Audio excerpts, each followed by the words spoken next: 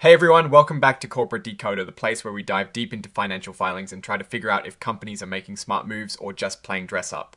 Today we are looking at Wallbox N.V and their report from September 2025. It seems like they are preparing us for some big news and maybe some even bigger numbers or challenges ahead. So buckle up because we are going to decode what this filing really means for the company. And hey, if getting these clear, precise insights from corporate documents is your jam, make sure you are subscribed. We also have a community happening over on Discord. It's linked down in the description below. So come join the conversation. Alright, so what we have here is a Form 6K report. Think of this as a company giving the Securities and Exchange Commission or SEC an update on important stuff that has happened since their last major filing. It is not a full yearly or quarterly report, but a heads up on significant events. The really juicy part of this particular 6K is that it includes interim financial statements. This means we get a peek at how Wallbox was doing financially up until the 30th of June 2025. This is precious information because it gives us a snapshot of their performance mid-year. They have also included what they call Management S Discussion and Analysis. This is where the company's own management explains the numbers, how they performed, and what factors influenced their financial state. It is Management S story behind the figures. Now, let us cut to the chase and look at some of these numbers. This filing gives us a view into the 6 months ending the 30th of June 2025. While we do not have exact revenue figures in this specific snippet of the 6K, the structure of the document implies that the attached financial statements would contain this. These interim statements are crucial for understanding the trajectory of the company throughout the year.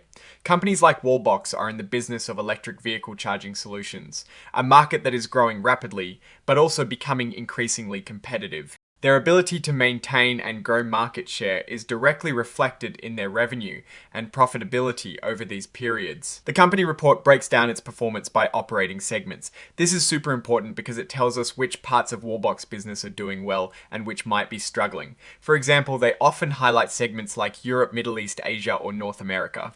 Seeing how revenue is distributed across these regions helps us understand their global strategy and where they are experiencing the most growth or facing the toughest competition. One aspect they touch upon is credit risk. This refers to the chance that their customers or partners won't pay them back. They are providing information on how they manage this risk, especially in relation to their financial assets. In a growing company with diverse clients, managing credit risk is vital to prevent financial surprises. Wallbox also provides details about their loans and borrowings. For instance, they mention floating rate bank loans. This gives us insight into their debt structure and how interest rate fluctuations might affect their costs. Understanding their leverage is key to assessing their financial stability. The filing also touches on their share structure, specifically mentioning Class A ordinary shares. This is relevant for understanding their equity and how different classes of shares are issued and accounted for.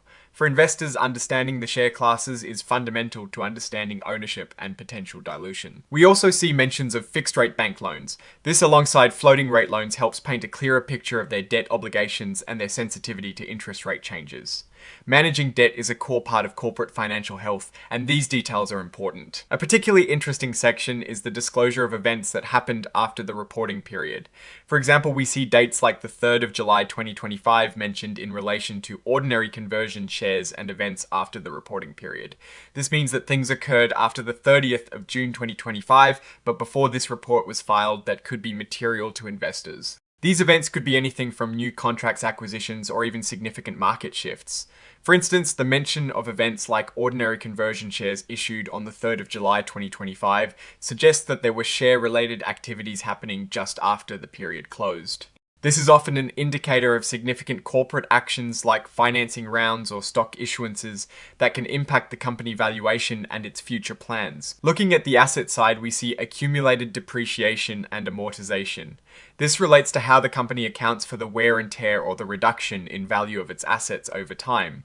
It is a standard accounting item, but it can tell us something about the age and type of assets the company has, such as buildings and leasehold improvements or plant and equipment. The capitalization of share-based payment transactions into intangible assets is another noteworthy detail.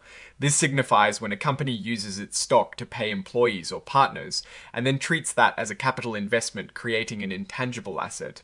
This points to their strategy in motivating employees and how they account for those incentives. The breakdown of operating segments provides a granular view. We see details for North America and Europe, Middle East, Asia. This helps us understand the geographical spread of their operations and where their strategic focus lies. Growth in North America, for example, might indicate success in penetrating a key market. The mention of warrants is also significant. Warrants are financial instruments that give the holder the right to buy a company's stock at a specific price. Disclosures about these can indicate potential future dilution of existing shares or how the company is managing its financing instruments. The recurring mentions of Class A ordinary shares alongside other share classes like Class B and Class C suggest a complex equity structure. Understanding the different classes, the rights associated with them, and how they are traded is crucial for any potential investor. Details about founders' stock option plans and other equity plans like restricted stock units for employees and management are important. These plans are used to attract and retain talent, and their accounting treatment can significantly impact a company's financial statements. It shows how they are incentivizing their key people. Again, referencing credit risk, we have specific mentions for customer sales and services. This is critical for a company whose revenue depends on sales transactions. It means they are actively assessing the risk of not getting paid by their customers. We see references to public warrants. These are often issued as part of financing deals, and their presence can signal future equity events. The Company S debt is further detailed with mentions of fixed-rate bank loan 1 appearing multiple times. This suggests a significant loan facility that is a key part of their financing strategy. Its terms and maturity dates are important for understanding their short-term and long-term financial commitments. Now let us talk about the underlying story here. Wallbox is operating in a very dynamic and growing market, the electric vehicle charging infrastructure. They are not just selling chargers, but building an ecosystem. This report from mid-2025 gives us hints about their financial health and strategic direction. While specific profit and loss numbers are not in this snippet, the details about their debt structure, equity, and operating segments tell a story of a company that is likely investing heavily for growth. The mentions of various stock option plans and warrants indicate a company that is using equity financing and employee incentives to fuel its expansion. Looking at the frequent references to different subsidiaries and geographical segments like Wallbox N.V, Wallbox Australia Pty Ltd, and the US operations, we see a global footprint. This expansion is usually funded by debt or equity, and understanding how they are managing these financial instruments is key. For example, the repeated mention of fixed-rate bank loans and floating-rate bank loans suggests a balanced approach to managing interest rate exposure. What is really interesting here is how they are managing their assets and liabilities. The recurring mentions of accumulated depreciation and amortization for assets like buildings and leasehold improvements and plant and equipment show they are investing in physical infrastructure, but it is the financial disclosures about credit risk and various loan types that give us a clearer picture of their financial strategy. They are clearly managing different types of financial risks. The inclusion of events after the reporting period is a critical part of these updates. For instance, the 3rd of July 2025 events related to conversion shares indicate that something significant happened just as their half-year reporting period closed. These could be share sales or conversions that impact the company's capitalization and ownership structure. This is the kind of forward-looking information that smart investors really pay attention to. Now, for my take, Wallbox operates in a sector with immense potential, but also significant competition. Their financial filings suggest a company that is in a growth phase, which typically involves taking on debt and issuing equity. The repeated focus on various loan types, both fixed and floating, indicates active management of their financial obligations and interest rate risks. The complexity of their equity structure with multiple share classes and various stock option plans for employees and founders shows a commitment to incentivizing growth and retaining talent, which is crucial in this fast-paced industry. The key thing for Wallbox moving forward will be converting this investment in infrastructure and talent into strong, profitable revenue growth. They need to demonstrate that their growth strategy is translating into sustainable profitability and not just an increase in sales with mounting costs. The credit risk disclosures also highlight the importance of sound financial management in a growing business. As they expand globally, they will encounter diverse economic conditions and regulatory environments, and managing these risks effectively will be paramount. So, in conclusion, Wallbox appears to be a company focused on aggressive expansion in the EV charging space. They are utilizing a mix of debt and equity financing and actively managing financial risks, as indicated by their disclosures.